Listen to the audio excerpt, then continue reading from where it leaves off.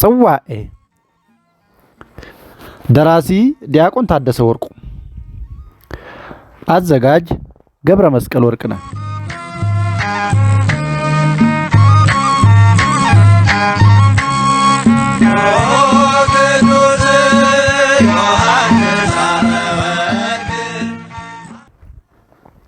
ክፍል 16 ምዕራፍ 9 ጸዋሬ ሰላም። ንብ ከሌሎች እንስሳት የበለጠ የተከበረችው ከሌሎች የበለጠ ጠንካራ ሰራተኛ ስለሆነች ሳይሆን ለሌሎች ጠንካራ ስለነበረች ወይም ለሌሎቹ ጠንካራ ስለሰራች ነው ይለናል። የሽግግር ዘመኑ ልብ። ቅዱስ ዮሐንስ አፈወርቅ የተነሳበት ዘመን የሽግግር ወቅት ነበር። ይበልጡን ደግሞ ዘመኑ ቅስናው ወይም ዘመነ ቅስናው አንጾኪያ ከአሕዛባዊ ባህል ስሪት ወደ ክርስቲያናዊ ባህል ስሪት ሽግግር ማድረግ የጀመረችበት፣ ክርስቲያናዊ ፍልስፍና ብሉይ ክላሲካል ፍልስፍና እንዲያቆለቁል ያስገደደበት፣ አሕዛባዊና ክርስቲያናዊ የሥነ ምግባርና የግብረ ገብ እሴት ተጻሪዎሻዊ እምብርትነት የታየበት፣ ክርስትናን ማዕከል ያደረገው አዲሱ ስርዓተ ማህበር አሕዛብን ማዕከል ያደረገውን አሮጌውን ስርዓተ ማህበር መተካት የጀመረበት ወቅት ነበር። ይህ ማለት ዘመኑ ዘመነ ክርስትና ሆኗል ማለት ግን አይደለም። ምክንያቱም በወቅቱ አንጾኪያ የአሕዛብ ባህል ማዕከልነቷን ሙሉ በሙሉ አላጣችም ነበርና።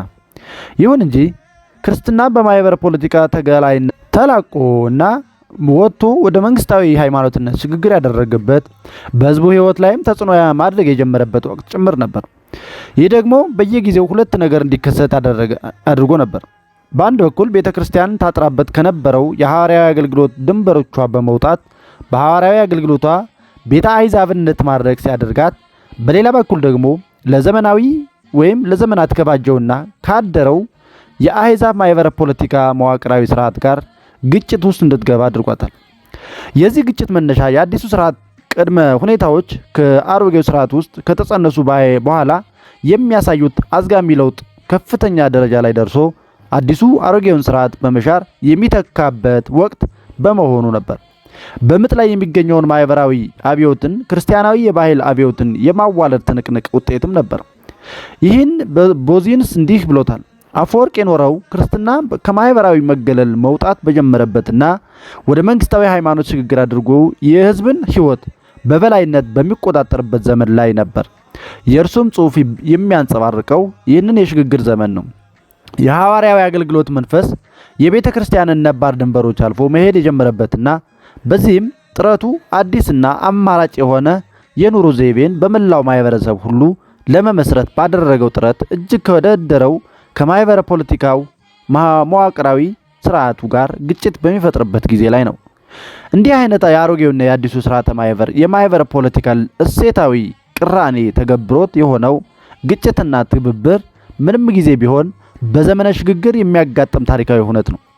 በአንድ ስርዓት ላይ ወደ ሌላ ስርዓት የሚደረግ ሽግግር ይቅርና ከአንድ ንጉሠ ነገሥት አገዛዝ ወደ ሌላ ንጉሠ ነገሥት አገዛዝ የሚደረግ ሽግግር እንኳን በማህበረ ፖለቲካዊ ቅራኔ የቀለመ ነው። በማህበራዊ ፖለቲካዊ ቅራኔ የቀለመ የማህበረሰብ ደግሞ በመጨረሻ ህዝባዊ አመፅን ማስተናገዱ አይቀርም ማለት ነው። ክሱት የሆነው ህዝባዊ አመፅ ደግሞ ህሊናዊና ነባራዊ ሁኔታዎች ተስማምተው በሚፈጥሩት ውህድ ማህበረ ፖለቲካዊ ማንነት የተነሳ ሁለት አይነት አብዮቶችን በአንድ ጊዜ ወይም ለየብቻ ሊወልድ ይችላል። አብዮት የሚለው ቃል አበየ ከሚለው የግዕዝ ግስ የተወሰደ ሲሆን ትርጓሜውም አሻፈረኝ እምቢ አለ ማለት ነው። በጽንሰ ሐሳብ ደረጃ ደግሞ አብዮት በአንድ ነገር ክስተት ወይም ሂደት ውስጥ ያሉ ቅራኔዎች ተካረው ከፍተኛ ደረጃ ሲደርሱ የሚከሰት መሰረታዊ ለውጥ፣ አዲስ ከፍተኛና የተሻለ ነገር ክስተትና ሂደት ወይም አስተሳሰብና ዕውቀት የሚከሰትበት የአይነት ለውጥ ነው። አብዮት ወደ ከፍተኛ ደረጃ የሚደረግ የአይነት ለውጥ እንደመሆኑ በአንድ በተወሰነ ክስተት ወይም ሂደት ውስጥ ብቻ ሊታይም ይችላል። ለምሳሌ የኢንዱስትሪ አብዮት፣ የፍልስፍና አብዮት፣ የባህል አብዮት፣ የፖለቲካ አብዮት በማለት በተጠቀሱ ዘርፎች የታዩትን መሰረታዊ ለውጦች መለየት ይቻላል። ሆኖም ግን እነዚህ ለውጦች በሌሎች ዘርፎች ላይ ተጽዕኖ እንደሚያደርጉ ቢታወቅም የተሟላ ውጤት ለማስገኘት የሚችሉ ግን በህብረተሰብ ውስጥ ጠቅላላና መሰረታዊ ለውጥ ቢኖር ብቻ ነው። በአንድ ማህበረሰብ ፖለቲካዊ፣ ኢኮኖሚያዊ እንዲሁም ደግሞ በማህበራዊ፣ ባህላዊ ወዘተ ዘርፎች ውስጥ የሚታየው መሰረታዊ ለውጥ የማህበረሰቡን ኢኮኖሚያዊና ማህበራዊ ግንኙነቶችና የመደቦችን አይነት የሚለውጥ በመሆኑ ማህበራዊ አብዮታዊ ወይም ማህበራዊ አብዮት ተብሎ ሊጠራ ይባላል ማለት ነው። አብዮት መሰረታዊ የአይነት ለውጥ እንደመሆኑ አዲሱ በአሮጌ ውስጥ ተጸንሶ አሮጌውን በማፈራረስ ከእርሱም አንዳንድ ደህና ጎኖችን ወርሶ ለእድገቱ እንደሚያመቸው አድርጎ አሻሽሎ አደራጅቶና አቀናጅቶ የራሱ በማድረግ ይጠቀምባቸዋል።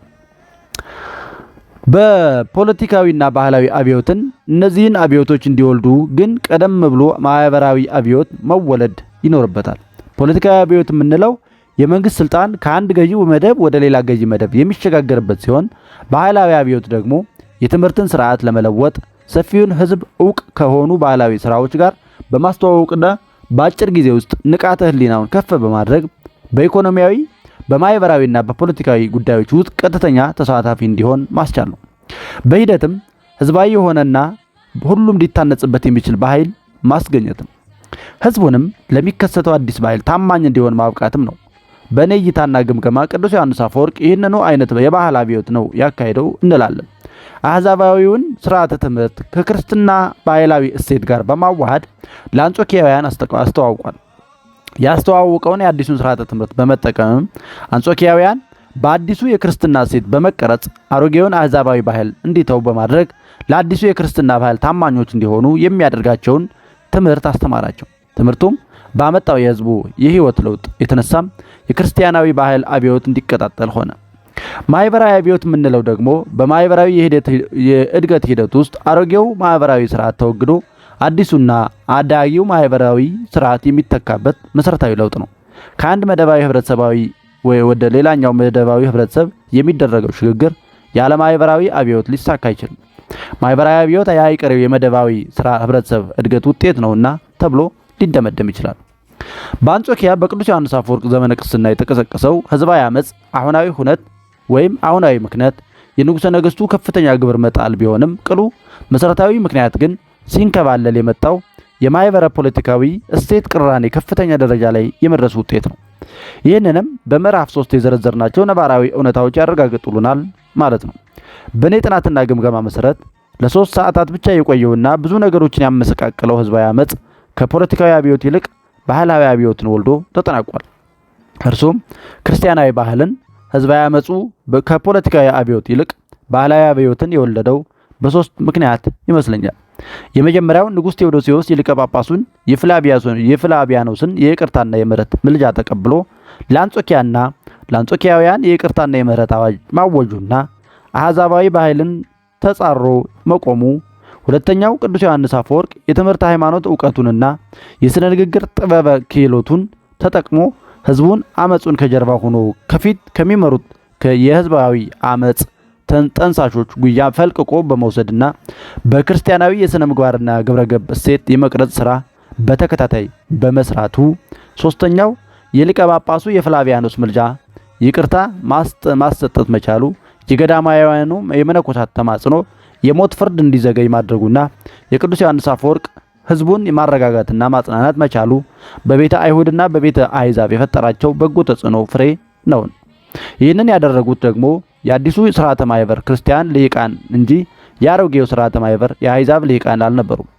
የእነዚህ አበው የእምነት የእውቀትና የቁርጠኝነት ፍሬ የሆነውን ንጉሳዊ ይቅርታና የአንጾኪያን ወደ ቀደመ ሰላሟና ክብሯ መመለሷን የተመለከቱ አይሁድና አሕዛብ አይሁዳዊና አሕዛባዊ ማንነታቸውን በክርስቲያናዊ ማንነት እየተኩ ወደ ዓለመ ክርስትና በገፍ በመግባታቸው ለክርስቲያናዊ ባህል አብዮት መቀጣጠል የራሱ በጎ አስተዋጽኦ አበርክቷል።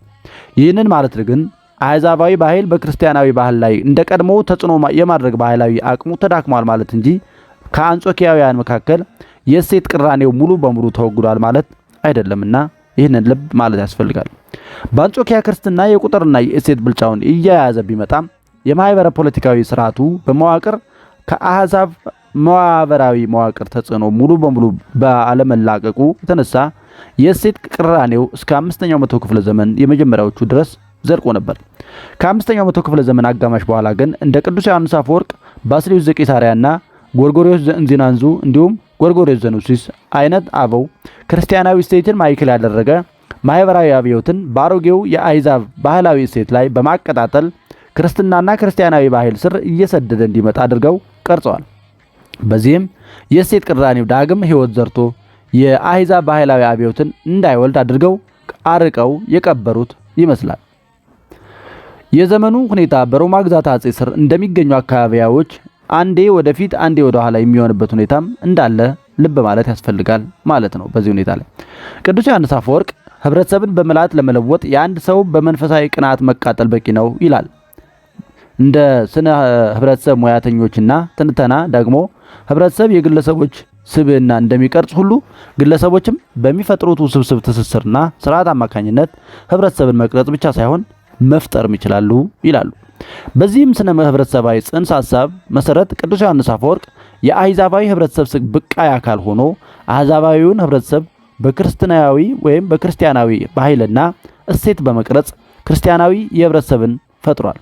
የስነ ማህበረሰብ ምሁር በርገር ግለሰቦች ህብረተሰባዊ ኑባሬ መሆናቸውንና ህብረተሰብ ግለሰባዊ ኑባሬ መሆኑን እንዲህ ሲል ያስረዳል። በማህበረሰብ ታሪክ ውስጥ የእያንዳንዱ ሰው ግለ ታሪክ አንድ ምዕራፍ ነው።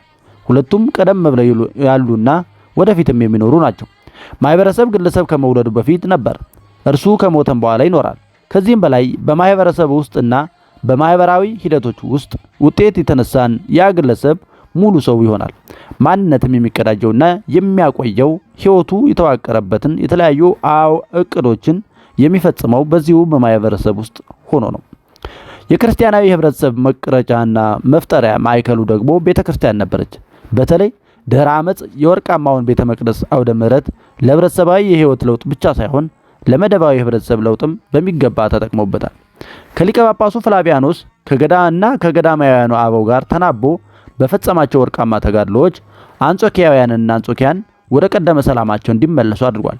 ከዚህም ጎን ለጎን ሐውልት አንቀጥቅጡን እንደ ምቹ አጋጣሚ በመቁጠር ክርስትናን ማዕከል ያደረገ አዲስ ማህበረ ፖለቲካዊ መዋቅር እንዲፈጠርና በጽኑ መሰረት ላይ እንዲተከል ሰርቷል። በቅዱስ ዮሐንስ አፈወርቅ ዘመን የነበሩት ካህናትና የአሕዛብ ሊቃን በእረኝነት የሚመሩትን ህዝብ ለመከራና ለስቃይ ዳርገውትና ራሳቸውን ለማዳን አንጾኪያን ከተማን ለቀው ሲሸሹና ሲደበቁ፣ እርሱ ግን ለህይወቱ ሳይሳሳና ለደህንነቱ ሳይሰጋ በእሳቱ መሃል ተገኝቶም ህዝቡ እንዲጽናናና እንዲረጋጋ የሚያደርጉ ተግባራትን ከመከወንም በላይ አዲስ ማህበራዊ መዋቅር በክርስትና እምብርትነት እንዲወለድ የድርሻውን ተወጥቷል። ሁለተኛው በዚህ ቦታ ላይ የምንጠቅሰው ደግሞ ብቁነት ነው። ከሊቀ ጳጳሱ ፍላቪያኖስ በስተቀር በማዕረገ ክህነት የሚበልጡት ሌሎች ጳጳሳት ያልደፈሩትን በመከራ ውስጥ ሆኖ መከረኛውን ህዝብ ከጥፋት ለመታደግ ደፍሯል። ደፍሮም አልቀረ የአንጾኪያና የአንጾኪያውያንን የትርግናና ይቅርታ የሚውለበለብ ሰንደቅ መሆን ችሏል። የማዕረግና የስልጣን ትልልቆቹ ያላደረጉትን እርሱ አድርጎ አሳይቷልና የዚህ ሁሉ መሰጠትና ቁርጠኝነት ውስጣዊ ገፊ ምክንያቶችም ምንድን የሆኑ የእርሱን ጥባታዊና ተጸምዷዊ ምላሽ ምንጭን በሁለት ደረጃ ፈርጆ መመልከት ይቻላል። እሴታዊና ኪላዊ ብቁነት በማለት ማለት ነው። እሴታዊ ብቁነት የምንለው እሴት የሃይማኖታዊ ስርዓትና የባህላዊ ክንውን ምርጫና ውሳኔ የሚገለጽበት ጽንሰ ሐሳብ ነው። አንድ ሰው ምርጫውና ውሳኔው ላደረገውን ሃይማኖታዊ ስርዓትና ባህላዊ ክዋኔ ወገንተኛ ነው፣ ጥቅም ያለው እሱ ውስጥ ነው ብሎ በማሰብ የሚያስብበትን ወይም የሚያምንበትን ሁሉ ያደርጋል ማለት ነው። ከዚህም ተነስቶ ይጠቅመኛል የሚለውን ምግባረ ሰናይ ሲያደርገው አይጠቅመኝም የሚለውን ደግሞ ምግባረ እኩይ ያደርገዋል። ምግባረ ሰናይ እንዲበዛ ምግባረ እኩይ እንዲጠፋ የአካልና የህይወት መስዋዕትነትንም ለመክፈል የተጋ ነው። ዋጋ የሚከፈልበት እሴት የሚቀረጸው ደግሞ ምግባረ ሰናይና ምግባረ እኩይ ተለይተው በሚታወቁበት መታጠፊያ ምዕራፍ ላይ ነው። ያ መታጠፊያ ምዕራፍ ደግሞ እሴታዊ ብቁነት ይባላል። እዚህ እሴታዊ ብቁነት ላይ ከደረሱ ቅዱሳን አባቶቻችን አንዱ ደግሞ ቅዱስ ዮሐንስ አፈወርቅ ነው። ይህ ቅዱስ አባት የአሕዛባዊነትና የክርስቲያናዊነት መታጠፊያ ምዕራፍ እሴት ከመሆን ባሻገር የአንጾኪያና የአንጾኪያውያንን የጥፋት ታዳጊ እሴትም ነበር። የእሴታዊ ብቁነት ከፍተኛ ደረጃ ላይ የደረሰው እዚህ ላይ ይመስላል። ይህንን ዶናልድ አትዋተር እንዲህ ሲል ያስረዳናል። የቅዱስ ዮሐንስ አፈወርቅ እሴታዊ ማዕዘንነት ለቤተ መንግስቱም ሆነ ለቤተ ክህነቱም በታወቀና በተረዳ ደርስ የሆነው በህዝባዊ አመጽ ወቅት ባከናወናቸው ተግባራቱ ነበሩ። እርሱም አዎንታዊ ተጽዕኖውን በውል የተረዳው በዚህ ጊዜ ይመስላል። ለታላቁ ማዕረገ ጵጵስና የመታጨት ውጥንነቱ ጽንሰቱ የጀመረው በዚህ ወቅትና በዚህ ዕለታዊ እሴታዊ ብቁነቱ ይመስላል። ቅዱስ ዮሐንስ አፈወርቅ አንጾኪያንና አንጾኪያውያንን ከተቃጣባቸው ንጉሳዊ ቁጣ የታደገበትና ክርስቲያናዊ ባህልን በአንጾኪያ የአዲሱ ማህበራዊ መዋቅር ወይም መዋቅራዊ እሴት የማድረግ የእሴታዊ ብቁነት መፍትሄ ነገሮች በዋናነት 5 ናቸው። የመጀመሪያው ሰው በመሆን ላይ ያለው እምነቱ ነው። ቅዱስ ዮሐንስ አፈወርቅ ከመሰረተ እምነታዊ ነገረ መለኮታዊ አስተምህሮ ይልቅ ማህበራዊ ነገረ መለኮታዊ አስተምህሮ ላይ እንደሚያተኩር ከበርካታ ድርሳኖቹና ስብከቶቹ መረዳት ይቻላል። ይህ ማለት ግን እምነታዊ ነገረ መለኮታዊ አስተምህሮን ችላ ብሏል ማለት አይደለም። ሆኖም የእርሱ ነገረ መለኮታዊ አስተምህሮ የሚጀምረው እግዚአብሔር በተፈጥሮና በሰው ላይ ያለውን ጥንተ እቅድ በመረዳት ሲሆን የሚጠናቀቀው ደግሞ ሰው ወደ ተፈጠረበት ጥንተ እቅድ እንዲመለስ በማሳሰብ ነው። ቅዱስ ዮሐንስ አፈወርቅ ይህንን ነገረ መለኮታዊ መረዳት መሰረት በማድረግ እግዚአብሔር የሰውን ዘር ሲፈጥረው በእኩያዊነት ነው። የሰው ጥንተ ተፈጥሮ እኩል ነው። እግዚአብሔር አምላክ ማህበራዊ ደረጃን አልፈጠረም። ማህበራዊ ደረጃ ሰው ሰራሽ ክስተት ነው ብሎ ያስተምር ነበር። በጥንተ ተፈጥሮ አንዱን ሀብታም ሌላውን ድሃ፣ አንዱን ጌታ ሌላውን ሎሌ፣ አንዱን ትልቅ ሌላውን ትንሽ፣ አንዱን ለክብር ሌላውን ለሐሰር አድርጎ አልፈጠረም። እነዚህን መሰረት ያደረጉ የዘርና የዘውግ ደረጃ ልዩነቶችንም አልፈጠረም። የእግዚአብሔር ጥንተ እቅድ ማህበራዊ እኩያዊነት እንጂ የማህበራዊ ደረጃ ልዩነት አይደለም ብሎ ያምናል። ይህንንም እምነቱን እንዲህ በማለት ገልጾታል። እግዚአብሔር በጥንተ ተፈጥሮ አንዱን ባለጠጋ ሌላውን ድሃ አድርጎ አልፈጠረም። እንዲሁም ከዚህ በኋላ እርሱ የተሸሸገ የወርቅ መዝገብ ወስዶ ለማንም አላሳየም። ለሌሎች እርሱን የመፈለግ መብት አልነፈገም። ይልቁንም ምድርን ለሁሉም በነፃ ተወ እንጂ ይለናል። እንደ ቅዱስ ዮሐንስ አፈወርቅ እምነት እግዚአብሔር የፈጠራት ዓለም ጋርዮሻዊትና እኩላዊት ናት ይለናል። የያዘችውም ሀብት የሁሉምና የሁሉም የሚጠቀምበት ነው። ድቀት አዳም ወይም ጥንተ አብሶ ግን ማህበራዊ ደረጃን ስግብግብነትንና ግለኝነትን በሰው ልጅ ላይ አመጣ። ስግው ቃል ጌታችን መድኃኒታችን ኢየሱስ ክርስቶስ በመዋዕለ ሥጋዌው የፈጸማቸውን አገልግሎቶች ግን ከድቀተ አዳም በፊት ወደ ነበረው ማህበራዊ መዋቅር አደሰው። ይህ የታደሰው ማህበራዊ መዋቅር ምርጫ ነው፣ የሚቻል ነው፣ የሚደረግ ነው ይለናል። የሰው ልጅ በሚደረገው መልካም ስራ የሚፈጽመው ነው ብሎም ይናገራል። ከዚህ አኳያ ክርስቶስ የፈጸመው ድኅነት አንዱ ዓላማ የሰውን ልጅ ከውድቀት በፊት ወደ ነበረው ማህበራዊ ስርዓት መመለስ ነው።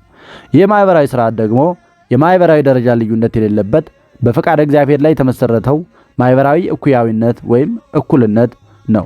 የሰው ልጅ ወደዚህ ማህበራዊ ስርዓት እንዲመለስ ከተፈለገ ደግሞ ርቱዓዊ ማህበረሰብ መፍጠር አለበት ወይም መሰራት አለበት። ይህንን ማህበረሰብ ለመፍጠር 2 ነገሮች ያስፈልግ ነበር። ክርስቲያናዊ ባህልንና እሴትን መሰረት ያደረገ አዲስ ስርዓተ ማህበርና ክርስቲያናዊ ትብብርን እና አንድነት ናቸው። በክርስትና ውስጥ የማህበራዊ ደረጃ ልዩነት የለም። ትብብርና አንድነት የክርስትና እሴት ነው። ያለ እነዚህ ደግሞ የማህበራዊ ደረጃ ልዩነትና ልዩነቶችን ማስወገድ እንዲሁም ማጥፋት አይቻልም። ሁሉም በክርስቶስ ኢየሱስ አንድ ፍጥረት ናቸውና እነዚህን ክርስቲያናዊ እሴቶች ተላብሶ መገኘት ለቅዱስ ዮሐንስ አፈወርቅ ሰው ሆኖ የመገኘት መስፈርት ብቻ ሳይሆን የክርስቲያናዊ ማህበራዊ መዋቅር አባል የመሆን ጭምር ነበር። ለዚህም ነው ሐዋርያው ቅዱስ ጳውሎስ አይሁዳዊ ወይም የግሪክ ሰው የለም፣ ባሪያ ወይም ጨዋ ሰው የለም፣ ወንድም ወይም ሴትም የለም፣ ሁላችሁም በክርስቶስ ኢየሱስ አንድ ሰው ናችሁና ያለው። እንደ ቅዱስ ዮሐንስ አፈወርቅ እነዚህን ማሳካት የሚቻለው ደግሞ ክርስትናን ማዕከል ያደረገ ስነ ምግባራዊና ግብረ ገባዊ ሕይወትን የተላበሱ ዜጎችን መፍጠር ሲቻል ነው። ሰላማዊና የተረጋጋ ሕይወትን በንስሐ ማምጣትም ከተቻለ ነው። እርሱም በሕዝባዊ አመፅ ወቅት በወርቃማው ቤተ መቅደስ ሲያስተምር ንስሐ፣ መጽናናት፣ ትብብርና አንድነት ላይ ያተኮረበት ዋናው ምክንያት ይኸው ነበር። አንጾኪያንና አንጾኪያውያንን ወደ ቀደመ ሰላማቸው እንዲመለሱና ክርስቲያናዊ አኗኗርን ገዢ የኖሮ ዘይቤ እንዲያደርጉ ከማሳሰቡም ጀርባ ያለው ገፊ ምክንያትም የነበረው ይኸው ነበር። ማህበራዊ እኩያዊነትን ለማንበር የማህበራዊ እኩያዊነትን መደላድሎችን አስተምሯል፣ ኖሮም አሳይቷል። ማህበራዊ እኩያዊነትን በምልአት ማስፈን ባይቻልም እንኳን ክርስቲያናዊ ባህልንና እሴትን ማዕከል ያደረገ ማህበራዊ መዋቅርን በመፍጠር ክርስቲያናዊ ትብብርንና አንድነትን መገንባት ችሏል። ሁለተኛው መግፌ ምክንያት ደግሞ ጥብቅ ገዳማዊ ሕይወትን መከተሉ ነው። በዘመነ ቅዱስ ዮሐንስ አፈወርቅ ገዳማዊ ሕይወት ተስፋፍቶ ነበር። እርሱም የዘመኑ ገዳማዊ ሕይወት ትሩፋት ነበር። ለቅዱስ ዮሐንስ አፈወርቅ ገዳማዊ ሕይወት እውነተኛ ፍልስፍና ነው። ገዳማውያኑ ደግሞ እውነተኛ ፈላስፎች ናቸው። ሕይወቱ የተማረከችለት ፍልስፍና ገዳማዊነትን እንጂ ሶፊስታዊነትን አልነበረም። በገዳማዊ ሕይወትና ከገዳማውያኑ ጋር መኖር ደግሞ የኑሮ ምርጫው ነበር። በዚሁ ምርጫው መሰረት ወዶና ፈቅዶ ከሌላው ሕይወቱ ገዳማዊ ሕይወቱን አስብልጦ የመነነ ነው። ከምነናም ደግሞ ምርጫው ብህትውና ነበር። የደረሰበት የትምህርት ዝግጅትና ሙያ ከወላጆቹ የወረሰው ሀብት በዛን ዘመን በነበረው የማህበራዊ ደረጃ ከከፍተኛው መደብ አባላት የሚያስመድበውና የተሻለ ዓላማዊ ኑሮን እንዲኖር የሚያደርገው ነበር። እርሱ ግን በዘመኑ ከዝቅተኛው መደብ አባላት የሚያስመድበውንና የድህነት ምልክት ተደርጎ የሚወሰደውን ምንኩስና ሕይወትን ወደደው። በበረሃ በተባይቶ እንደመኖር አበውና እማት በፈቃዱ ድህነትን አክሊሉ አደረጋት ማለት ነው። ለሀብትና ቅንጦት በሚጨነቅ ማህበረሰብ ውስጥ እየኖረ ማህበረሰባዊ ጫናውን ተቋቁሞ ሀብትንና ቅንጦትን ለራሱ የሚጸየፍ ሆነ።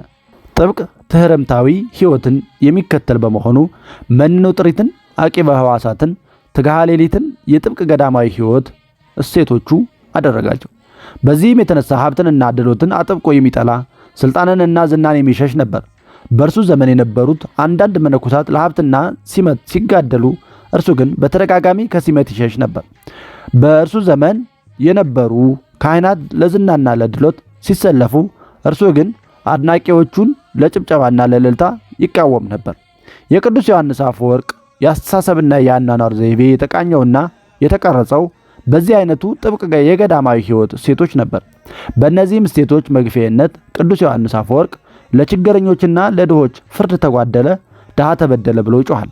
በነገስታቱና በሹማምንቱ መካከል ቅራኔ ሲከሰትና ወደ ደም አፋሳሽ ጦርነት እንዳያመራ ያሸማግላል። ነገስታቱና መኳንንቱ በሕዝብ ላይ ግፍን ሲፈጽመው ሲገኙ ያላንዳች ይሉንታና ፍርሃት ይገስጻቸዋል። እነዚህን የቅዱስ ዮሐንስ አፈወርቅ ተግባራት የሚያረጋግጡ ሶስት ማሳያዎችን ብቻ እናቅርብ። አንደኛ፣ ከቅዱስ ዮሐንስ አፈወርቅ ዘመነ ፕትርክና በፊት በባርነት የተፈነገለ በኋላ ደግሞ ከፍተኛ ሹም የነበረው ዩትሮጲዮስ የሚባል ግፈኛ ሹም ነበር። ይህ ሹም ስልጣኑን ተገን በማድረግ የባለጸጎችና ሀብታሞችን በግፍ የሚቀማ ለስልጣኔ አስጊ ናቸው የሚላቸውን ደግሞ የሚያሳድድና የሚገድል ነበር። እንዲሁም ቤተ ክርስቲያን ጥፋተኛዋ ቢሆንም ወደ እርሷ የመጣውን ሰው የማስጠለልና አሳልፎ ያለመስጠት በአዋጅ የተደነገገላትን ሕጋዊ መብቷን በአዋጅ የሻረም ሹም ነበር። ይህ ሹም ከጥፋቱ ተጸጽቶ ባይመለስም ቅዱስ ዮሐንስ አፈወርቅ ሹም ነው ብሎ ሳይፈራ ወደዚህ ሹም በተደጋጋሚ በመሄድ ከግፍ ድርጊቱ እንዲታቀብ ይመክረውና ይገስጸው ነበር። በኋላም የቅዱስ ዮሐንስ አፈወርቅን ምክር ያልሰማው ይህ ሹም ከስልጣኑ ተባሮና ተሰዶ ቤተ ክርስቲያን ውስጥ መጥቶ ተጠልሎ ነበር። ነገር ግን እርሱ ራሱ አስቀድሞ የቤተ ክርስቲያንን የማስጠለልና ያሳልፈ ያለመስጠት ሕጋዊ መብቷን በአዋጅ ሽሮ ነበር። በተሻረው ሕግ መሰረት ደግሞ ቤተ ክርስቲያን ማንንም ማስጠለል ስለማትችል እርሱንም ማስጠለልና አሳልፈው አለመስጠት አትችልም ነበር። ራሱ በሻራው ሕግ መሰረት ቤተ ክርስቲያን ለዩትሮጲዮስ ከለላ መሆን ባትችልም ቅዱስ ዮሐንስ አፈወርቅ ስለ እርሱ ተገብቶ በቁጣ ተነሳስቶ ሊገድለው የሚፈልገውን ሕዝብ በትምህርት አሳምኖና የቤተ ክርስቲያንን ከለላ በማቀዳጀት ለጊዜው ከሞት ቢያተርፈውም ሹሙ ከቤተ ክርስቲያን ከለላነት በመውጣት በሌሊት ሊያመልጥ ሲሞክር ጠላቶቹ አግኝተውት በግዞት ካስቀመጡት በኋላ ገድለውታል ይባላል። ሁለተኛው፣ በንጉሱ አርቃዲዮስ ዘመነ ንግስና አንድ ፖለቲካዊ አመጽ ይነሳል።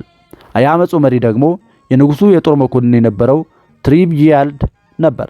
በዚህ የጦር መኮንን መሪነት የተቀሰቀሰውን የፖለቲካ አመጽ የኃይል እርምጃ በመውሰድ እንዲያከሽፍ ጋይናስ የተባለው የቤተ መንግስቱ ጥበቃ ሹም ይላካል። ስልጣን አንሶኛል የሚለውና በዚህም ቅሬታ የገባው ጋይናስ ንጉሱን በማክዳት ከአማጺው የጦር መኮንን ጋር በማበር አመጹን ያቀጣጥላል። አመጹ ደግሞ ለንጉሱ ስልጣንና ለቁስጥንጥንያ ሰላም ስጋት ደቀነ። ንጉሱም ሰላም እንዲወርድ ከጋይናን ጋር መደራደር ጀመረ። የቤተ መንግስቱ ጥበቃ ሹምም በድርድር ሁለት ነገሮች እንደ ቅድመ ሁኔታ ጠየቀ። አንደኛው ንጉሱ እርሱን የግዛት አጼው ጠቅላይ ጦር አዛዥ አድርጎ እንዲሾመው፣ ሁለተኛው ደግሞ ከልዑላን ቤተሰቦች ከፍተኛ ማዕረግ ያላቸው ሹማምንት በእስረኝነት ተላልፈው እንዲሰጡ ጠየቀ። ንጉሠ ነገሥቱ ያለ አንዳች ማቅማማት ያስቀመጣቸውን ሁለት ቅድመ ሁኔታዎች ተቀብሎ ፈጸመ። ሆኖም አንድ ነገር ተሰጋ። ጋይናስ ተላልፈው የተሰጡትን ባለ ከፍተኛ ማዕረግ ልዑላን እንዳይገድላቸው። ከዚህም ተጨባጭ ስጋት በመነሳት ቅዱስ ዮሐንስ አፈወርቅ ጉዳዩን በሽምግልና እንዲጨርሰው ወደ አማጺው ጋይናስ ተላከ። ቅዱስ ዮሐንስ አፈወርቅ ጉዳዩንም በእርቅ እንዲያልቅ አደረገ። ሰዎቹም ከሞት ተርፈው በነፃ እንዲለቀቁ አደረገ። የሚገርመው ደግሞ እርቅ እንደሚያወርድ ከቅዱስ ዮሐንስ አፈወርቅ ጋር የተመደቡ ሌሎች ካህናት ነበሩ። ነገር ግን አብዛኞቹ ለደህንነታቸው በመፍራት የተለያዩ ምክንያቶችን እያቀረቡ ከሽምግልናው እንደወጡ ተዘግቧል። ሶስተኛው ንግስት አውዶክሲያ ቢሲተደም ነች። ንግስቲቱ ስልጣኗን ተገን አድርጋ ከካሊትሮጳ የተባለችውን ባሏን የሞተባትን ደሃ ሴት መሬት ነጥቃ ትወስዳለች። ሴቲቷም ድምፀ ግፏን ወደ ሆነው ቅዱስ ዮሐንስ አፈወርቅ በአካል ትመጣና ንግስት አውዶክሲያ መሬቷን በመቀማት ያደረሰችባትን ግፍ ነገረችው። እርሱም በንግስቲቱ የደረሰባትን ግፍ በጥሞና ካዳመጣት በኋላ ወደ ንግስት አውዶክሲያ በመሄድ የድሃይቱን መሬት እንድትመልስ አለምንም የሉኝታና ፍርሃት በተግሳጽ አሳስቧታል።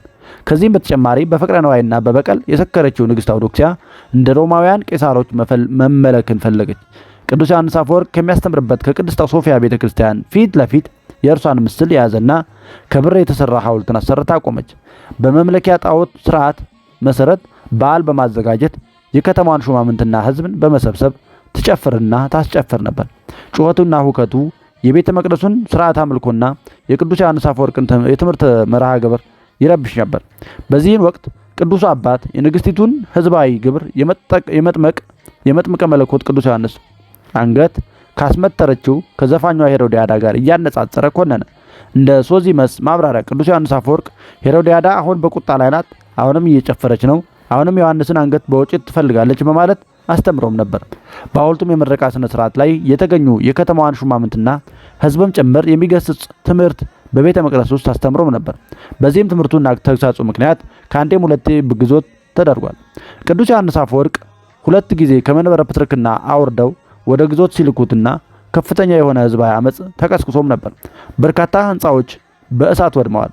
ስደቱን ቅዱስ ዮሐንስ አፈወርቅ በአኮቴት ተቀብሎ ደጋፊዎቹ ባያረጋጋና አመጹ ቢቀጥል ንጉሱና ንግስቲቱ ለጦርነት ጭምር ዝግጅት ማድረግም ጀምረው ነበር።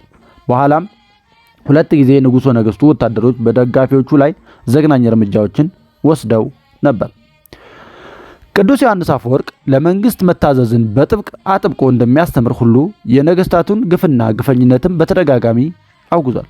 በዚህም የተነሳ መከራ ተቀብሏልና በሁለት ጊዜ ከመንበሩ ተሰዷል። ይህንንም ራድኬ ሲገልጥ እንዲህ በማለት ነበር። እርሱ ቤተ መንግስቱን እንደ ፈቃድ ፈጻሚ ወይም እንደ ቃል አቀባይ ሆኖ ለማገልገል ፈቃደኛ ሆኖ አለመገኘቱ ከመንበረ ፕትርክናው ከአንድ ጊዜ በላይ ወርዶ እንዲጋዝ አድርጎታል። በእርሱ ዘመን የነበሩት ጳጳሳት ከፍተኛ የሆነ ገንዘብ በማውጣትና በማባከን መንበረ ጵጵስናቸውን በማስዋብና በማስጌጥ ሲጨነቁ፣ እርሱ ግን በመንበረ ጵጵስና ውስጥ የተከማቹ ውድና ጌጠኛ ዕቃዎችን በመሸጥ ችግረኞችንና ድሆችን ይረዳ ጀመር። ሆስፒታሎችን በመገንባት ለአገልግሎት ክፍት ያደርግ ነበር። የእርሱ ዘመን የሆኑ ጳጳሳት ለበዓለ ሲመት ማድመቂያና የግብዣ ድግሶች ከፍተኛ ገንዘብ እያወጡ ሲያባክኑ፣ እርሱ ግን ከእርሱ በፊት በመንበረ ጵጵስና ውስጥ ይደረጉ የነበሩ ግብዣዎችን፣ ቅጥ ያጡ ድግሶችን በማስቀረት ወጪዎች ለድሆች መረጃና ለሆስፒታሎች አገልግሎት መፈጸሚያ እንዲውል አደረገ። ቅዱስ ዮሐንስ አፈወርቅ እንደ ዘመነ ሐዋርያት የጋርዮሻዊ ኑሮንና ሀብትን አስተምሮ የሚከተል እንደመሆኑ ጳጳሳት ከጋርዮሻዊ ኑሮ አፈንግጠው በመውጣት ግላዊ ሀብትን ማከማቸታቸውን ይቃወም ነበር። ከቤተ ክርስቲያን አገልግሎትና ለድሆች መርጃ ከሚውል ሀብት ውጪ የጳጳሳትን በግል ሀብት ማፍራት ከሐዋርያት ትምህርትንና ሕይወት የወጣ ነው። በቤተ ክርስቲያንና አሃቲነትና በክብረ ክህነት ላይም የሚያመጣው ጠንቅ ከባድ ነው ብሎ ስለሚያምን የጳጳሳትን በግል ሀብት ማፍራትን በእጅጉ ይኮንን ነበር። ቅዱስ ዮሐንስ አፈወርቅ ጥብቅ የሆነው ገዳማዊ ሕይወት ካሳደረበት ተጽዕኖ የተነሳ በዘመነ ምንኩስና በኖረው ትህርምታዊ ሕይወት በበለጠ በዘመነ ፕትርክናው ይኖር ነበር። ከእርሱ በፊት የነበሩትን ሆነ በዘመኑ የነበሩት አንዳንድ ጳጳሳት የቤተ ክርስቲያንን ገንዘብ በማባከን ቤተ መንግስትን የሚተካከል ቅንጡ መንበረ ጳጳስና በመገንባት ከቀኖና ቤተ ክርስቲያን ያፈነገጠ አኗኗር መኖራቸው ሳያንስ የቤተ ክርስቲያንን ገንዘብ በመስረቅና በመመዝበር ከተማ ውስጥ የሚከራዩ ህንፃዎችን ይገነቡ ነበር። በቤተ ክርስቲያን ሀብት ዘመዶቻቸውን ያበለጸጉም ነበሩ። በቅዱስ ዮሐንስ አፈወርቅ መዋዕለ ክህደት የነበረውን የሀብት አጠቃቀም ያጠናው ኩርቲቤልዲየስ የተባለው ሰው ይህንን በተመለከተ የሚከተለውን ብሏል። በዛን ጊዜ የነበረው አንዳንዶቹ ጳጳሳት የሚፈጽሟቸው ቅሌቶች ፀሐይ የሞቃቸው ነበሩ። በቁጥር ከፍተኛ የሆኑ ጳጳሳት አህጉረ ስብከታቸውን የሚያገኙት በሲሞናዊነት ነበር። አንዳንዶቹ ለገንዘብና ሀብታም ለመሆን እጅግ ሲስገበገቡ ራሳቸውን ያስገምቱ ነበር። አንዳንዶቹ ደግሞ በቤተ ክርስቲያን ሀብት ዘመዶቻቸውን ያበለጸጉም ነበሩ ተብሎ ተዘግቧል። ቅዱስ ዮሐንስ አፈወርቅ ግን ሊቀ ጳጳሱ ኔክታሪዎስ ያሰራውን ቤተ መንግስት አካል መንበረ ጵጵስና በመሸጥ የሽያጭ ገቢውን ለድሆች መርጃና ለሆስፒታል አገልግሎት እንዲውል አድርጎ ነበር። በገዳም ያሉት መነኮሳት ብቻ ሳይሆኑ በከተማ የሚኖሩ ምዕመናን የገዳማዊ ሕይወትን የእሴቶች እንዲላበሱ ይጥር ነበር። እግሩ ስር ቁጭ ብለው የሚማሩ ምዕመናን የገዳማዊ ሕይወት ትሩፋት የሆኑትን መልካም ሥራዎችን መስራት፣ መሥዋዕት መስጠት፣ እንግዳ ተቀብሎ ማስተናገድ በሕይወታቸው እንዲያንጸባርቁ ያስተምሯቸው ነበር። ክርስቲያኖች ቤታቸውን ትንሿ ገዳም፣ ቤተሰቦቻቸውንም ገዳማዊ ቤተሰብ፣ ማንነታቸውንም ገዳማዊ ማንነት እንዲያደርጉ ይጥር ነበር። ቅዱስ ዮሐንስ አፈወርቅ ድኅረ ሕዝባዊ ዓመፅ በጽናትና በትጋት የፈጸማቸው ተግባራትም የዚሁ ገዳማዊ ሕይወቱ ውጤቶች መሆናቸውንም ልብ ማለት ያስፈልጋል። ሦስተኛው መግፌ ነገር ደግሞ ርቱዕ ፖለቲካዊ እሳቤው ነው። ቅዱስ ዮሐንስ አፈወርቅ በኦሪት ዘፍጥረት 4ኛ ድርሳኑ ላይ አዳምና ሔዋን ከገነት ከተባረሩ በኋላ ስለነበረው ማህበረሰብ ጥንተ ነገር በዝርዝር ገልጧል። በዚህም ድርሳኑ ላይ ፖለቲካዊ ስልጣን የሰው ውድቀት ክትያ እንደሆነ ያስረዳል። የሰው ልጅ በተፈጥሮ የተሰጠውን ሕግ በመተላለፍ የተነሳ ሰው የሰው ተገዢ የመሆን ዕዳን እንዳመጣበት ይገልጣል። ይህንን ተገዥነት ደግሞ ባሪያ ለጌታው የሚገዛው አይነት አገዛዝ ነበር።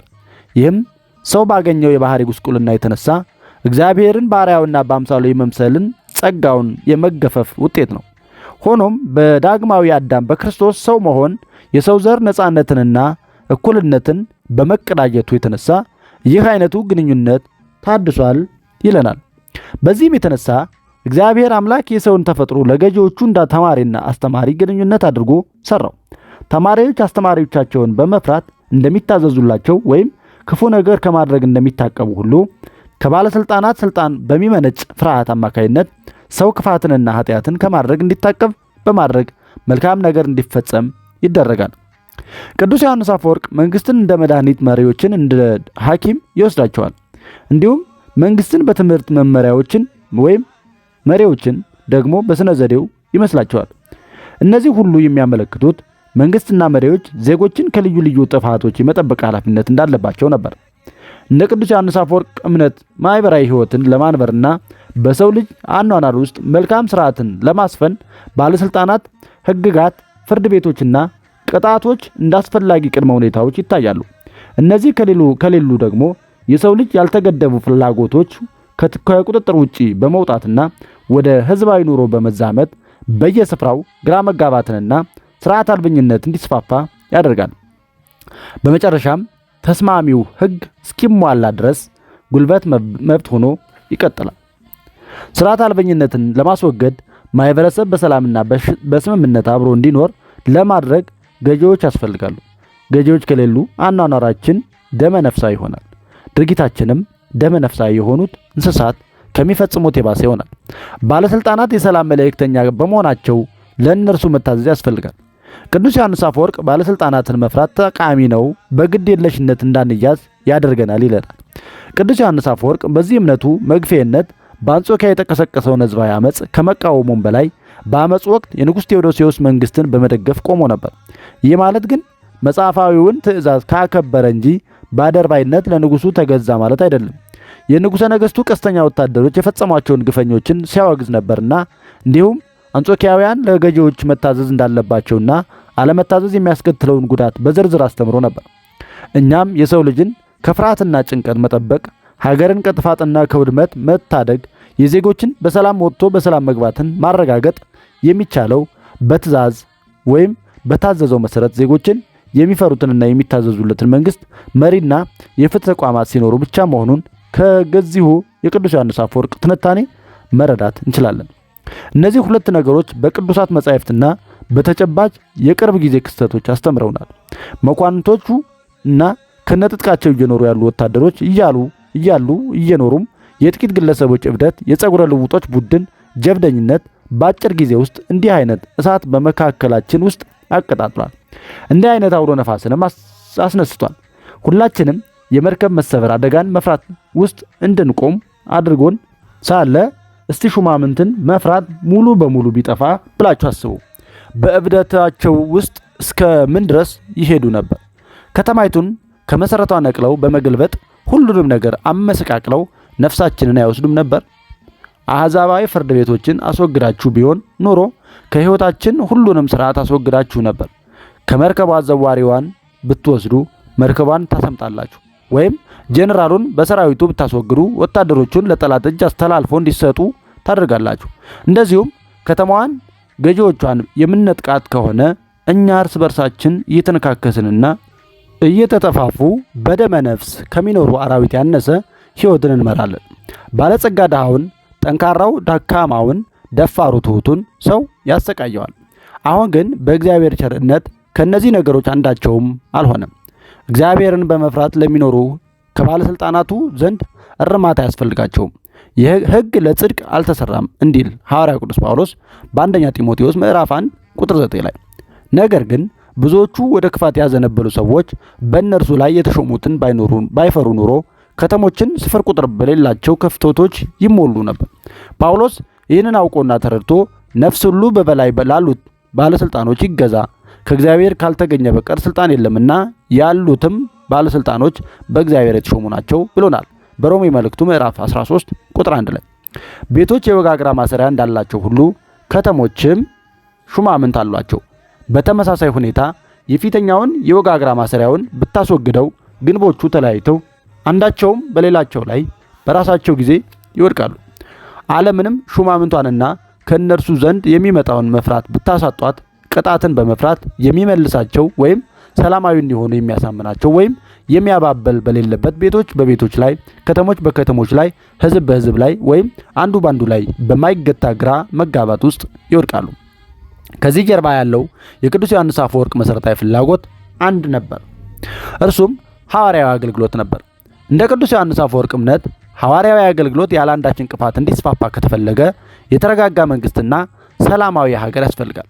ፖለቲካዊ መረጋጋትንና ሀገራዊ ሰላምን ለማምጣት ደግሞ ተመሪዎቹ ለመሪዎች በስርዓት መታዘዝ አለባቸው።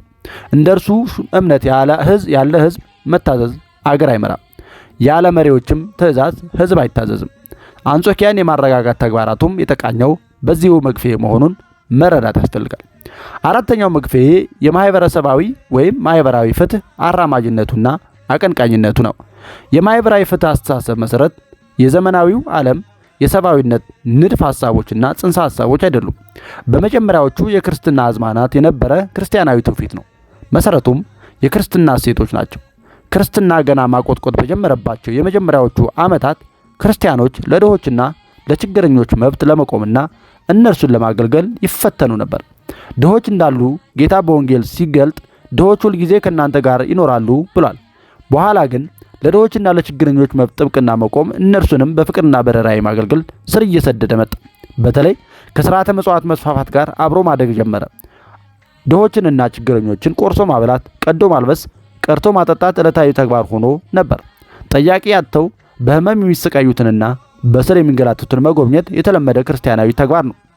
ይህ የማህበራዊ ፍትህ አገልግሎት በንጉሥ ቆስጠንጢኖስ ዘመነ ንግስና ደግሞ መዋቅራዊ መልክ እየያዘ መጣ። ንጉሱ ለቤተ ክርስቲያን አገልግሎት የሚውል ገቢ ማስገኛ የተለያዩ ህንፃዎችን አስገንብቶ ሰጥቶ ነበር። ቤተ ክርስቲያንም ከነዚህ ህንፃዎች ከሚገኝ ገቢ ከፍተኛ ሀብት አፍርታ ነበር።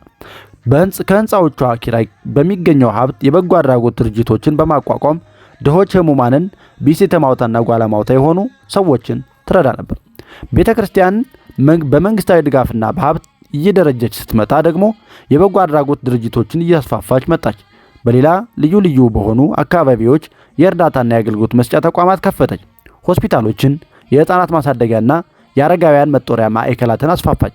በኋላ ላይ እንደውም የመንግስት የበጎ አድራጎት ህጋዊ ወኪል በመሆን በካህናቱ አማካይነት ስንዴና ልዩ ልዩ ምግቦችን ለድሆችና ለችግረኞች በየጊዜው ታከፋፍል ነበር።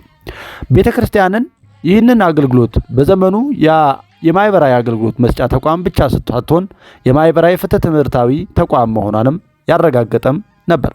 የድሆችና የችግረኞችን መብትና ጥቅምን ከማቀንቀንም ባሻገር በመዋቅራዊ መልክ የማስጠበቅን አገልግሎት በመስጠት ረገድ ቀለሜንጦስ ዘእስክንድርያና ቅዱስ ቆጵርያኖስ ዘቅርጣግና የሚጠቀሱ ቢሆኑም ቅዱስ ዮሐንስ አፈወርቅ ግንባር ቀደም ነበር።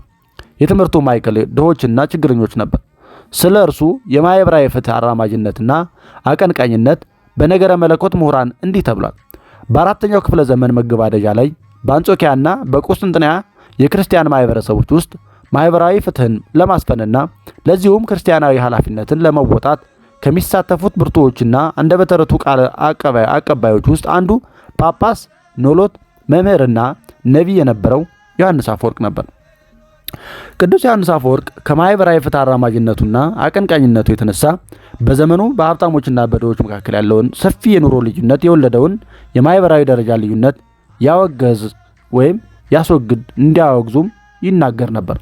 በአንድ ማኅበረሰብ ውስጥ የሚፈጠር ኢእኩያዊነት የሕግ የኢኩያዊነት ሊያስከትል ይችላሉ ብሎ ያምናል። ሀብታሞችና ሹማምንት በድሆች ላይ የሚያደርሱትን ብዝበዛና ጭቆና ይቃወም ነበር። ጌቶች በባሮች ላይ የሚፈጽሙትን ግፍ ብቻ ሳይሆን የሰው ልጅ የእኩልነት ሚዛን የሚያዛባውን የባህሪያ ፍንገላ ስርዓትንም አምርሮ ይቃወም ነበር። ባሪያዎችን በመፈለግ እንዳንቸገር ለማድረግ እግዚአብሔር ሁለት እጆችንና እግሮችን ሰጠን። የባሪያዎች መደብ ስለ አስፈላጊ ፍላጎት ሲባል አይደለም የተቋቋመው። ይህ ቢሆን ኑሮ ከአዳም ጋር ባሪያ በተፈጠረ ነበር። ይህ ግን የኃጢአት ፍርድና ያለመታዘዝ ቅጣት ውጤት ነው። ክርስቶስ በመጣ ጊዜ ግን ይህን አስቆመ። ቅዱስ ጳውሎስ በክርስቶስ ኢየሱስ ባሪያ ወይም ጨዋ የለም እንዲል በገላትያ መልእክቱ ምዕራፍ 3 ቁጥር 28 ላይ። ቅዱስ ዮሐንስ አፈወርቅ ሀብታሞች የድሆች ገንዘብ የሆነውን ምጽዋት ለማውጣት የሚያሳዩት ዳተኝነት በእጅጉ ያሳዝነው ነበር። ያን የምጽዋት ገንዘብ ከሰጡም በብዙ ልመናና ደጅ መጥናት ነበር። በዚህም የተነሳ ድሆችን ዘርፈው የከበሩ ሀብታሞች ይላቸው ነበር። ሀብታሞችና ሹማምንት በቤታቸው በር ፊት ለፊት የወደቁ ድሆችንና ችግረኞችን በመዘንጋት በወርቅና በብር የተሰሩ መመገቢያ ዕቃዎችን፣ ወርቅ ቅብ የሆኑ ጠረጴዛዎችንና ወንበሮችን እንዲሁም እጅግ የተዋቡና ምቹ የሆኑ ከዝሆን ጥርስ የተሰሩ አልጋዎችንና የሐር ምንጣፎችን ከፍተኛ ገንዘብ አውጥተው በመግዛት መጠቀማቸውን አጥብቆ ይኮንን ነበር። እንዲሁም በራቸው ላይ ወድቀው በረሃብና በበሽታ ስቃይ እያቃሰቱ የሚገኙትን ምንዱባንን የስቃይ ድምፅ እያሰሙ የሚያደርጉትን የፈንጠዝያና መዝናናት አጥብቆ ይቃወም ነበር። በዚህም የተነሳ ከውስጥና ከውጭ በርካታ ጠላቶችን አፍርቷል። እነዚህ የቤተ መንግስትና የቤተ ክህነት ቅንጡ ጠላቶቹ በማኅበራዊ ፍትሕ አቀንቃኝነቱና ገቢራዊነቱ ምክንያት ተደጋጋሚ መከራ እንዲቀበል አድርገውታል። ቅዱስ ዮሐንስ አፈወርቅ ለማኅበራዊ ፍትሕ መስፈን የከፈለውን መስዋዕትነት ጳላዲዮስ እንዲህ ሲል አውድሶታል። ቅዱስ ዮሐንስ አፈወርቅ መንጋዎቹ ስለ እርሱ መስዋዕትነት እንዲከፍሉ የሚፈልግ አልነበረም። ከዚህም ይልቅ እርሱ ስለሚመራው ሕዝብና ስለሚያስተላልፈው መልእክት ተአማኒነት ሰማዕት ለመሆን የፈቀደ ነበር። ቅዱስ ዮሐንስ አፈወርቅ ዘወትር መስዋዕትነትን ለመክፈል በምጽዋተ ሕይወት ወይም ኮሚትድ ላይፍ በሚባለው ማኅበራዊ ፍትሕን ለማስፈን ከሚተጉ ጥቡዓን መካከል አንዱ ተምሳሌት ነበር። የቅዱስ ዮሐንስ አፈወርቅ የማኅበራዊ ፍትሕ አቀንቃኝነትና አራማጅነት ሕይወት የተቃውሞና የተግሳጽ ሕይወት ብቻ አልነበረም፣ ገቢራዊነትም እንጂ። ለተናስኦተ ሐውልት የወዲያው ምክንያት የነበረው ከፍተኛ የግብር ጭማሪ ከፍተኛ የሆነ ማኅበራዊ ጫና ለአንጾኪያውያንና ማስከተሉ እንዲሁም እነሱን በማቃወሱ ነበር። በተለይ በድሃው ማህበረሰብ ላይ ያስከተለው ስቃይ ከፍተኛ ነበር። በዚያም ወቅት ቅዱስ ዮሐንስ አፈወርቅ ድሆችን ለከፍተኛ ስቃይ ያዳረገውን የግብር ጭማሪ ከመቃወሙም በላይ ቤተ ክርስቲያን ድሆችን ለስቃይ ከዳረገው የግብር ጫና እንድትከላከል አድርጓል። ሕዝባዊ አመፁን ተከትሎ በጅምላ የታሰሩ እስረኞችንና የእነርሱ ቤተሰቦች ችግር ላይ እንዳይወድቁ ልዩ ልዩ እርዳታዎችን ያደርግላቸው ነበር። ቅዱስ ዮሐንስ አፈወርቅ በሊቀ ጳጳስነት ወደ ቁስጥንጥንያ መንበር ከመጣ በኋላ በቆስጠንጢኖስ ዘመነ ንግስና እንደነበረው አይነት የበጎ አድራጎት አገልግሎቶች እንዲሰጥ ያደርግ ነበር። ለሕሙማን የሕክምና ተቋማትን፣ ለችግረኞችና ለድሆች የእንግዳ መቀበያ ማዕከላትን በመክፈት እንዲረዱ ያደርግ ነበር። ለተቋማቱ ሐኪሞችን፣ ነርሶችን፣ ምግብ አብሳዮችንና አቅራቢዎችን በአግባቡ የሚያስተዳድሩ ራሳቸውን የሰጡ 2 ካህናት በመሾም ተቋማቱን ፍሬያማ ያደርጋቸው ነበር። በሀብት እጥረት የተቋማቱ ማኅበራዊ አገልግሎት እንዳይስተጓጎል በማሰብ ከነባሮቹ በተጨማሪ አዳዲስ የገቢ ማስገኛ ተቋማትን ይመሰረት ነበር። ቅዱስ ዮሐንስ አፈወርቅ በእንዲህ አይነቱ የማኅበራዊ ፍትሕን የማስፈን አገልግሎቱ ምክንያት የድሆችን፣ የሕሙማንን፣ የብእሲተ ማውታዎች፣ የእጓለ ማውታዎች አባት አካል ጉዳተኞችን ለመርዳት ከደመና የሚፈጥን የመለኮታዊ በጎ አድራጎት ጀማሪ ምግበ ርሁባን በረከተ ምንዱባን እየተባለ ይጠራ ነበር። 5ኛው መግፌ ቤተ ክርስቲያን ሀገራዊ ሚና አላት ብሎ ማመኑ ነው። በዛን ዘመን የነበረው ሀገራዊ ስሪት ከተማያዊ መንግስት ነው። ይህ ከተማያዊ መንግስት በአካባቢ ያሉትን ገጠራማ ስፍራዎችን የሚያካትትና በቁጥር አነስተኛ የሆኑ ዜጎች የሚኖሩባትን በአስተዳደራዊ ስልጣን ራስ ገዝ የሆኑ መንግስታዊ ጠባይ ያለው ነበር። እንደ አንድ ሉዓላዊ ሀገር በከተማው የሚኖሩ ነዋሪዎች የከተማዊው መንግስት ዜጎች ሲሆኑ ከተማዊው መንግስት ደግሞ ለዜጎቹ ሀገር ነበር። ሀገርን ሀገር የሚያደርገው ዜጎቹ እንደሆኑ ሁሉ ሰዎችንም ዜጎች የሚያደርጋቸው የራሳቸው ሀገር ያላቸው መሆናቸው ነበር። በዛን ትንታኔ አኳያ ቅዱስ ዮሐንስ አፈወርቅ አንጾኪያ ሀገሩ፣ እርሱ ደግሞ ዜጋዋ ነበር። የቤተ ክርስቲያንንም ሀገራዊ ሚና የምናትተው በዚህ ማዕቀፍ መሆን ልብ ማለት ያስፈልጋል። እንደ ቅዱስ ዮሐንስ አፈወርቅ እምነት አማናዊው ሀገርና መንግስት በምድር የለም። አማናዊውና ዘላለማዊ ሀገርና መንግስት ያለው በሰማይ ነው። በዚህ ምድር ላይ የሚገኘው ሀገርና መንግስት ርቱ ያልሆነና ጊዜያዊ ነው። የዘላለማዊ መንግስትና ሀገር መሸጋገሪያ ወደብ ነው። ምድራዊውን ርስተ ምድር ስንለው ሰማያዊውን ደግሞ ርስተ ሰማይ እንለዋለን። የመጀመሪያው በኃያላን የሚወረስና ምድራዊ ነው። ሁለተኛው ካገኙት በኋላ በማንም የማይወረስ ሰማያዊ ነው። ያም ሆኖ የሰው ልጆችን ሰላምና ደህንነት የሚጠብቅና በአንጻሩ ዜጎች የሚታዘዙለት መንግስት እንዲሁም ሰዎች በመተባበርና በመረዳዳት የሚኖሩበት ሀገር ያስፈልጋል።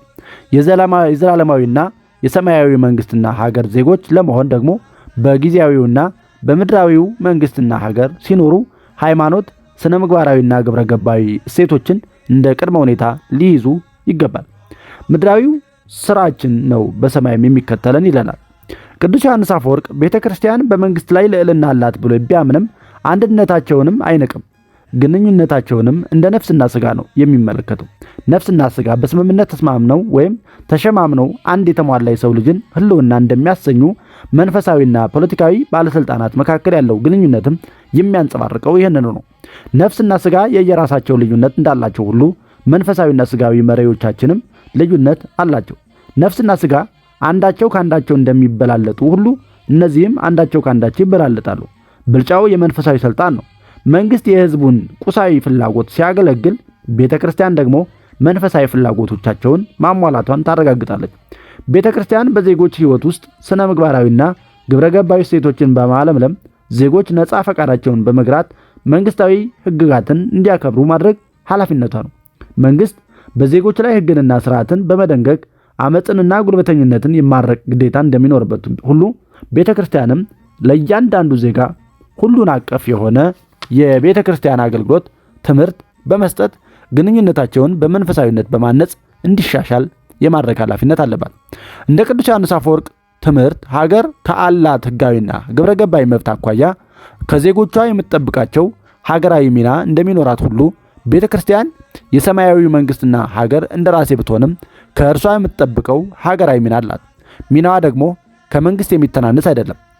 የሰው ልጅ ነፍስ ከሞት ፍርሃትን የሚድነው ስቃይና መከራ ከድሆችና ከጉስቋሎች የሚወገደው ቤተ ክርስቲያን መጠነ ተልእኮን ባለመገደብ በህዝብ ህይወት ላይ ያላትን ኃላፊነት በአግባቡ ስትከውን ብቻ ነው።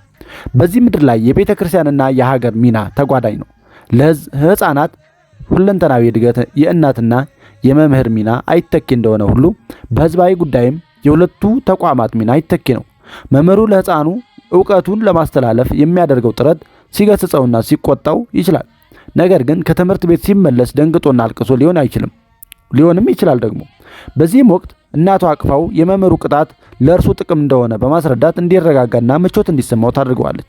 እንደ ቅዱስ ዮሐንስ አፈወርቅ ትምህርት ቤት ከቤተ ክርስቲያንም እንዲሁ የማድረግ ሚና አላት። በአንድ ሀገር የሚኖሩ ዜጎች በሚያስተዳድራቸው መንግስት አማካኝነት ልዩ ልዩ ቅጣቶችና እርምጃዎች ሲወሰድባቸው ቤተ ክርስቲያንም እንደ ብዙህነት ወይም እንደ የሁሉ እናትነት እነዚያን ዜጎች በቃለ እግዚአብሔር እያጽናናችና እያረጋጋች የወደቀውን ሞራላቸውን ከፍታ ልታደርግላቸው፣ ከፍርሃትና ተስፋ ከመቁረጥ ልታወጣቸው፣ የተሰበረ ልቦናቸውን ልታክምላቸው፣ የታወከውን ሕሊናቸውን ልታረጋጋላቸው ይገባል። እንግዲያውስ ዛሬውኑ እንዲህ እናድርግ ፍቀዱልን። እኛ ባናጽናናችሁ ኑሮ ሌላ መጽናኛችሁ ከወዴት ታገኛላችሁ? ዳኞች ፈርተዋል፣ ስለዚህ ካህናቱ ማጽናናት አለባቸው። ገዢዎቹ ያስፈራራሉ፣ ስለዚህም ቤተ ክርስቲያን መጽናናት ወይም መጽናናትን መስጠት አለባት። ከትንንሾቹ ልጆች ጋር በተያያዘም እንዲሁ ይሆናል። መምህራኑ አስፈራሯቸው፣ እያለቀሱም ወደ እናቶቻቸው ላኳቸው። ነገር ግን እናቶች ወደ እቅፎቻቸው ውስጥ ይሸጉጧቸዋል። ከዛም ያቆያቸዋል፣ ያቅፏቸዋል፣ ይስሟቸዋል። እንዲሁም እንባቸውን እያበሱ ያዘነውን መንፈሳቸውን እያረጋጉ መምህራኖቻቸው መፍራት ለእነርሱ አትራፊ እንደሆነ በመንገር ያሳምኗቸዋል። እንግዲህ ገዢዎች ስለሚያስፈሯችሁና ስለሚያስጨንቋችሁ የሁላችን የጋራ እናት የሆነችው ቤተክርስቲያን እቅፏን በመክፈት እኛን በእቅፏ ውስጥ አድርጋን ዕለት ዕለት መጽናናትን ትፈጽምልናለች። ገዢዎችን መፍራት ትርፋማ መሆን ተገልጾልናል። ከዛም የሚገኘው መጽናናትም እንዲሁ ይጠቅመናል። የቀደመውን ወይም ገዢዎችን መፍራት በግድ የለሽነት እንድንዘናጋ አይፈቅድልንም። የኋለኞቹ ቤተክርስቲያን ደግሞ መጽናኛ ደግሞ በሐዘን ክብደት እንድንሰምጥ አትፈቅድልንም። እናም በእነዚህ በሁለት መንገዶች እግዚአብሔር ድህነታችንን ያዘጋጅልናል። እርሱ ራሱ ክፉዎችን በፍርሃት ይመቱ ዘንድ ገዢዎችን በኃይል አስታጥቋቸዋል። በሐዘን ውስጥ ላሉት መጽናናትን ይሰጡ ዘንድ ካህናትን ሾሟል። ቅዱስ ዮሐንስ አፈወርቅ በአንድ ሀገር ሰላም እንዲሰፍንና ሀገራዊ ግዛት ከወራሪዎች ጥቃት እንዲጠበቅ ከተፈለገ ቤተክርስቲያን ማስፋፋት እንደሚያስፈልግ ጠቁሟል። ቤተክርስቲያን ለአንድ ሀገር ዜጎች ብቻ ሳይሆን ለዓለም ሕዝብ የሰላም ዋስትና መሆኗንም አከበክሮ አትቷል። ሀገርን በቤት ጣሪያ የሚመስለው ይህ ቅዱስ አባት ሀገር እንዳይፈርስ የቤታቸው ጣሪያ በአናታቸው ላይ ተደርምሶ እንዳይወድ ቅባቸው ከሚማጸኑ ሰዎች ተጽዕኖ ይልቅ የክርስቲያኖች ጸሎት እጅግ እንደሚልቅ ተናግሮ እንደነበር ቦዚነስ አረጋግጦ ጽፏል። ቅዱስ ዮሐንስ አፈወርቅ ቤተክርስቲያን ሀገራዊ ሚና አላት ከሚለው ጽኑ እምነቱ በመነጨ ሀገር ወደ ቀውስ እንዳትገባና ከገባችም የመውጫ መፍትሄዎችን በመፈለግ ረገድ ማዕከላዊውን ሚና መጫወትና በድል አድራጊነት መንፈስ መመራት ያለባት ቤተክርስቲያን ናት ብሎ ያምናል። በዚህም እምነቱ መሰረት ህዝባዊ አመጹን ተከትሎ አንጾኪያ ማህበረ ፖለቲካዊ ቀውስ ውስጥ በገባች ወቅት በአንጾኪያ ያለችው ቤተክርስቲያን በታሪኳ ልዩ እንደሆነች በማሰብና እጅግ አስፈላጊ የሆነውን ዝናዋንም ለመጠበቅ ሚናዋን እንድትወጣ ያሳስብ ነበር። ተከታዮችንም በተደጋጋሚ በአንጾኪያ ያለችውን ውድና ታሪክ እንዲሁም ኃላፊነት የሚሰማትን ቤተክርስቲያንን ያዘክራቸው ነበር። በፊተኞቹ አባቶቻችንና በእናንተ በጎነት የተነሳ ከተማችን ከሌሎች ሁሉ ይልቅ በክርስቶስ ዘንድ የተወደደች ናት። ከሐዋርያት መካከል ቅዱስ ጴጥሮስ ክርስቶስን የሰበከ የመጀመሪያው እንደሆነ ሁሉ ስለዚህ አስቀድሜ እንዳልኩት ይህች ከተማ ክርስቲያን በሚለው መጠሪያ እንደ አስደናቂ ዘውድ ራሷን ካስጌጡ ከተሞች ሁሉ የመጀመሪያ ነበረች። ነገር ግን በከተማዋ 10 ጻድቃን ብቻ ከተገኙ እግዚአብሔር በዛ የሚኖሩትን ሁሉ እንደሚመራቸው ቃል ገብቷል። 10፣ 20 ወይም 2 ጊዜ እጥፍ ብቻ ሳይሆን በጣም ብዙ እግዚአብሔርን በቅንነት የሚያገለግሉ እያሉ ለምንድን ነው መልካም ነገርን የማንጠብቀውና በሕይወታችን ሁሉ እርግጠኛ የማንሆነው ይለናል ቅዱስ ዮሐንስ አፈወርቅ። የአንጾኪያ ቤተክርስቲያንና የአንጾኪያ የክርስትና ታሪክ ተካፋይ የሆኑ አማኞች ራሳቸውን እንደ አንጾኪያ ቀውስ ተከላካዮች በመቁጠር ለአንጾኪያና ለዜጎቿ ደህንነትና ሰላም ስጋት የሆኑ አካላትን በመቆጣጠርና በመገሰጽ የእነርሱ ግዴታ መሆኑንም ያዘክራቸው ነበር። ቅዱስ ዮሐንስ አፈወርቅ አጥፊዎችንና ለማህበረሰቡ አብሮነት ስጋት የሆኑ አካላትን ማንኛውንም እርምጃ በመውሰድ ጭምር ማስተካከል እንዳለባቸው ማስተማሩን ራድኬ ዮሐንስ የክፉ ሰዎችን ተጽዕኖ ለመግታት ቅጣትን መጠቀምን ጭምር ይደግፋል ይለናል። ቅዱስ ዮሐንስ አፈወርቅ ህዝባዊ አመጹን ተከትሎ በአንጾኪያ በተፈጠረው ማህበረ ፖለቲካዊ ቀውስ ወቅት ለአንጾኪያ ቤተክርስቲያን 3 መሰረታዊ ሀገራዊ ሚናዎችን አስቀምጦ ነበር። የመጀመሪያው ቤተክርስቲያን ለአማኞቿና ለአጠቃላዩ ህዝብ የጸና መረጋጋትን ማምጣት አለበት። ይህንን እንዴት አድርጋ ማምጣት እንዳለባት ሲገልጥ የሁላችን የጋራ እናት የሆነችው ቤተክርስቲያን እቅፏን በመዘርጋት እኛን በእቅፏ ውስጥ አቅፋን ዕለት ዕለት መጽናናትን ትፈጽምልናለች በማለት አስተምሯቸው ነበር። ሁለተኛው ቤተክርስቲያን አጥፊዎችን ማድረቅ አለባት። ለቅዱስ ዮሐንስ አፈወርቅ በተከሰተው ቀውስ ምክንያት የራደውን ህዝብ ማጽናናትና ማረጋጋት ብቻ በቂ አልነበረም። ቤተክርስቲያን መጽናኛ ቃላት ፈልገው በመጡ ሰዎች መጣበቧን ወይም መጨናነቋ ብዙም አላረካውም ነበር። ልትሰራው የሚገባ ሌላ ስራ ነበረባት። እርሱም በየትኛውም የማህበራዊ ደረጃ የሚገኙ አጥፊዎችን መገሰጽ ነበር። ሶስተኛው ቤተክርስቲያን በቀውስ ዘመን አማኞች ፈተናን በእምነት እንዴት መሻገር እንዳለባቸው ማሳየት አለበት።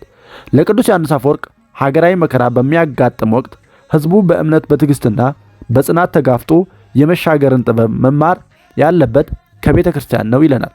ቤተ አይሁድና ቤተ አይዛብ እንዲህ አይነቱን እሴት ሊማሩ የሚገባው ከክርስቲያኖች እንደሆነ ያሳስብ ነበር። ኪላዊ ብቁነትን በቀጣይ ክፍል እንመለከተዋለን። እስከዛው ቸርን ሰንብት። ወስብሐት ለእግዚአብሔር ወለወላዲቱ ድንግል ወለመስቀሉ ክቡር። ይቆየን።